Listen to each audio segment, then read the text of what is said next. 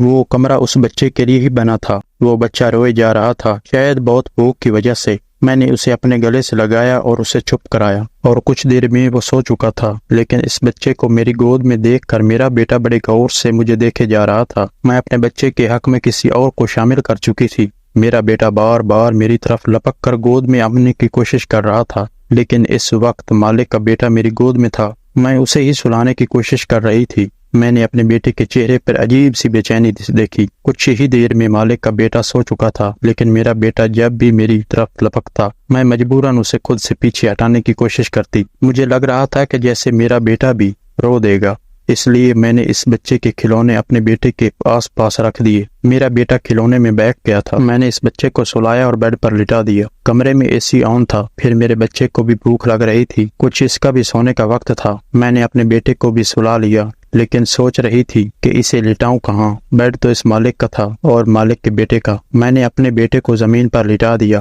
اور خود بھی اس کے برابر میں بیٹھ گئی۔ مجھے وہاں بیٹھے ہوئے کچھ ہی دیر ہوئی تھی کہ کمرے کا دروازہ کھلا اور ایک نوکرانی کمرے میں داخل ہوئی۔ اس کے ہاتھ میں ایک دودھ کا گلاس تھا۔ وہ اس نے مجھے تھما دیا۔ میں اسے حیرت سے دیکھنے لگی۔ کہنے لگی، مالک کہہ رہے ہیں اسے تم پیو، اور کچھ دیر بعد میں تمہیں پھل فروٹ بھی لا کر دوں گی، وہ بھی سارے کے سارے تمہیں کھانے پڑیں گے۔ یہ سن کر تو مجھے حیرت ہوئی۔ میں نے کہا کہ میں یہ سب کیسے کھاؤں گی؟ اور نوکرانی کہنے لگی، مالک کا حکم ہے، وہ کہہ رہے تھے کہ آپ اچھا کھائیں گے، اچھا پیئیں گے تو تبھی ان کا بیٹا بھی صحت مند رہے گا۔ یہ سن کر میں نے دودھ کا گلاس پی لیا۔ پورے 1 سال کے بعد میں نے دودھ کا گلاس پیا تھا، ورنہ تو روز بس 2 گھٹ دودھ 1 کپ چائے میں ڈال کر پتلی سی چائے پینے کو ملتی تھی۔ ساتھ نہ جانے کیوں میری آنکھوں سے آنسو بہ رہے تھے۔ وقت بھی انسان کو کیسے کیسے دن دکھا دیتا ہے۔ کہاں میں ایک روٹی کو ترستی تھی، اور یہاں میرے سامنے دنیا جہان کی ہر چیز رکھی تھی، صرف اس مالک کے بچے کی وجہ سے۔ 4-5 دن میں ہی میری صحت میں کافی فرق آنا شروع ہوا تھا، لیکن ایک چیز جو میں نے محسوس کی تھی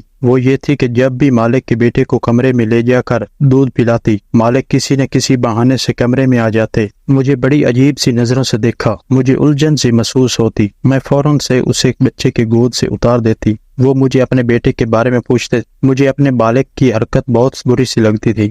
وہ کیوں کمرے میں بنا اجازت چلے آتے؟ جب 4-5 دن یہی سلسلہ جاری رہا تو میں نے پھر ایک دن کہہ دیا کہ دیکھیں، مجھے اچھا نہیں لگتا، بار بار کمرے میں آپ کیوں آتے ہیں؟ میری بات پر اس کے ماتھے پر بل پڑے تھے۔ کہنے لگا، سچی بات بتاؤں آپ کو؟ میں نے کہا، جی بتائیے۔ وہ کہنے لگا، دیکھو، میں آپ کو جو کھانے پینے کی اتنی چیزیں پیش کرتا ہوں، صرف اس لیے کرتا ہوں تاکہ میرا بچہ اچھی صحت کا ہو جائے۔ مجھے یہ شک رہتا ہے کہ آپ میرے بیٹے کی بجائے اپنے بیٹے سے زیادہ پیار کرتی ہیں، زیادہ توجہ اسے دیتی ہو۔ میں اگر پیسہ خرچ کر رہا ہوں تو اپنی اولاد کے لیے کر رہا ہوں۔ یہ سن کر تو میرا دماغ گھوم گیا تھا۔ سمجھتا تھا کیا میں بے ایمان ہوں؟ میں اپنے بچے کو صحت مند کروں گی اور اس کے بیٹے کو بھوکا رکھوں گی؟ میں نے کہا، صاحب، میں غریب ضرور ہوں، لیکن میں بغیرت نہیں ہوں۔ مجھے نمک کی وفا کرنی اچھے سے آتی ہے۔ اگر آپ کو ایسا لگتا ہے تو ٹھیک ہے، آپ کسی اور کو رکھ لیں۔ یہ کہنے کے بعد میں نے اپنا بچہ گود میں اٹھایا اور باہر جانے لگی۔ وہ مجھے پیچھے سے پکارتا رہ گیا، لیکن میں نے 1 منٹ بھی وہاں نہ رکی اور اپنے گھر آ گئی۔ میں غریب ضرور تھی، لیکن بے غیرت ہرگز نہیں تھی۔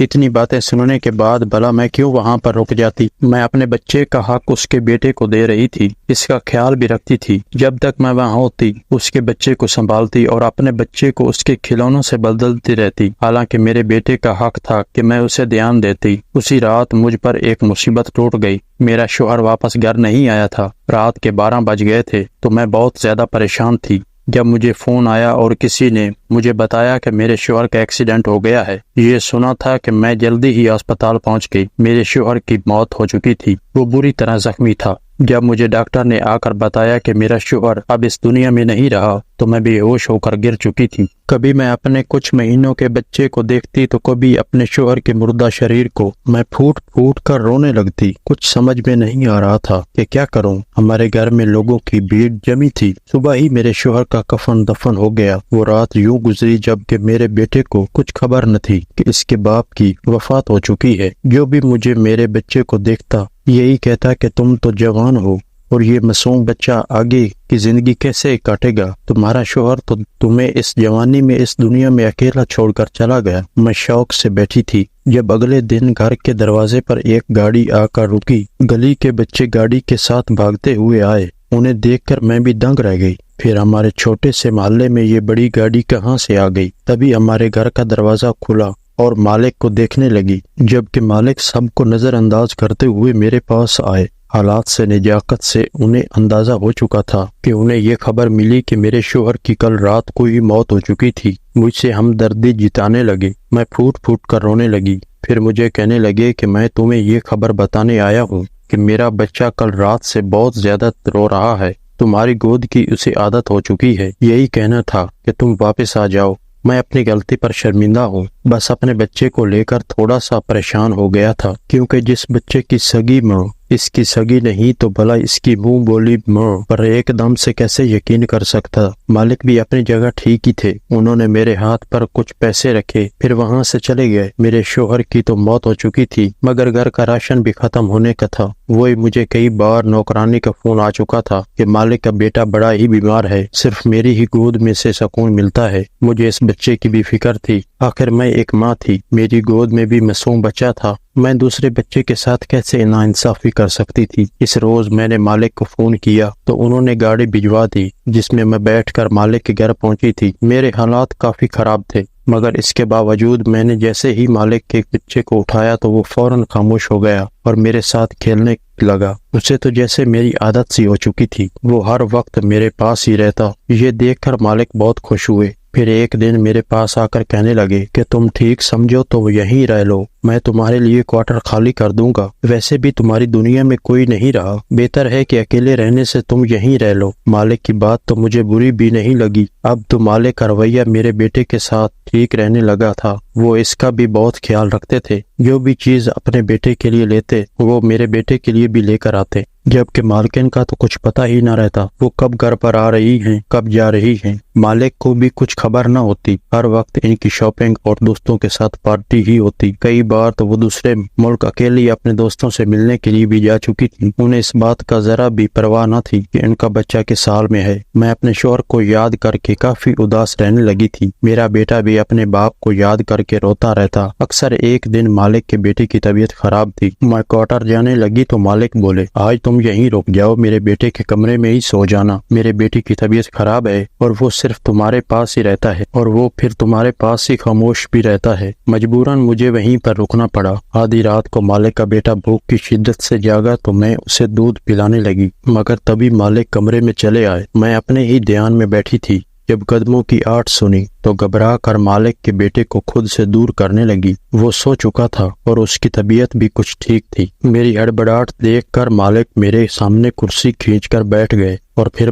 جو بولے وہ سن کر میرے قدموں کے نیچے زمین نکل چکی تھی۔ مالک کہنے لگے کہ دیکھو جو میں کہہ رہا ہوں وہ دھیان سے سننا، میں ایک ایسی لڑکی سے شادی کرنا چاہتا تھا جو نہ صرف دنیا داری سنبھالے بلکہ گھر اور میری ہونے والی اولاد کو بھی سنبھالے، اس کی اچھی پرورش کرے، جبکہ میں نے جس عورت سے شادی کی اس میں ایسی کوئی خاص بات موجود نہیں ہے، اس لیے میں چاہتا ہوں کہ جیسے تمہاری رائے ہو میں تم سے شادی کر لوں۔ تم میرے بیٹے کا اپنے بچے کی طرح ہی خیال رکھتی ہو، میرا بچہ بھی تم سے گھل مل چکا ہے، میں چاہتا ہوں کہ تمہیں اس کی ماں کا درجہ دوں۔ میں جب مالک کی بات سنی تو میرا چہرہ لال ہو چکا تھا۔ میں فوراً کہنے لگی کہ نہیں، مجھے صرف اپنے شوہر سے محبت ہے، میں کیسے آپ سے شادی کر لوں، ابھی تو ان کی روح کو سکون بھی نہیں ملا ہوگا۔ میں فوراً اپنے کوارٹر چلی گئی، مگر مالک کہنے لگا کہ تمہیں یہ فیصلہ کا حق ہے، تم جو کہو گی میں وہی کروں گا۔ مالک کا رویہ میرے بچے کے ساتھ بہت اچھا تھا، اسے تو امیروں والے ارمان اور سب مل رہا تھا۔ میں نے بہت سوچا اور اپنے بچے کی فیوچر کا سوچا تو میں نے مجبوراً مالک کے لیے ہاں کر دی۔ مجھے مالک کی طرف سے بڑی ہی بے چینی تھی۔ جیسے میں نے مالک سے شادی کے لیے ہاں کی تو مالک نے فوراً اپنی پہلی بیوی کو طلاق دی اور وہ چیختی چلانے لگی، مگر مالک نے اس سے اپنے سارے بینک بیلنس اور کریڈٹ کارڈ لے لیے۔ اب تک وہ جتنا بھی عیش کر رہی تھی وہ مالک کے پیسوں پر ہی تھا۔ مالک نے اس سے پیسے لے لیے تو وہ کنگال ہو گئی تھی، انہوں نے مجھ سے شادی کر لی۔ کبھی کبھی مجھے لگتا ہے کہ میں نے یہ فیصلہ کر کے غلط کیا، مگر شادی کے بعد جب میں مالک کی حقیقت دیکھی اور محبت دیکھی تو میں خود کو خوش قسمت سمجھنے لگی۔ شاید یہی میرے نصیب میں لکھا تھا، میرے بیٹے کو باپ کا پیار مل رہا تھا، وہیں مالک کے بیٹے کو ایک ماں کی محبت مل رہی تھی۔ میں نے اوپر والے کا شکریہ ادا کیا، اس نے کیسے ایک دم سے بند راستے کھول دیے اور میری زندگی میں خوشیاں بھر دیں۔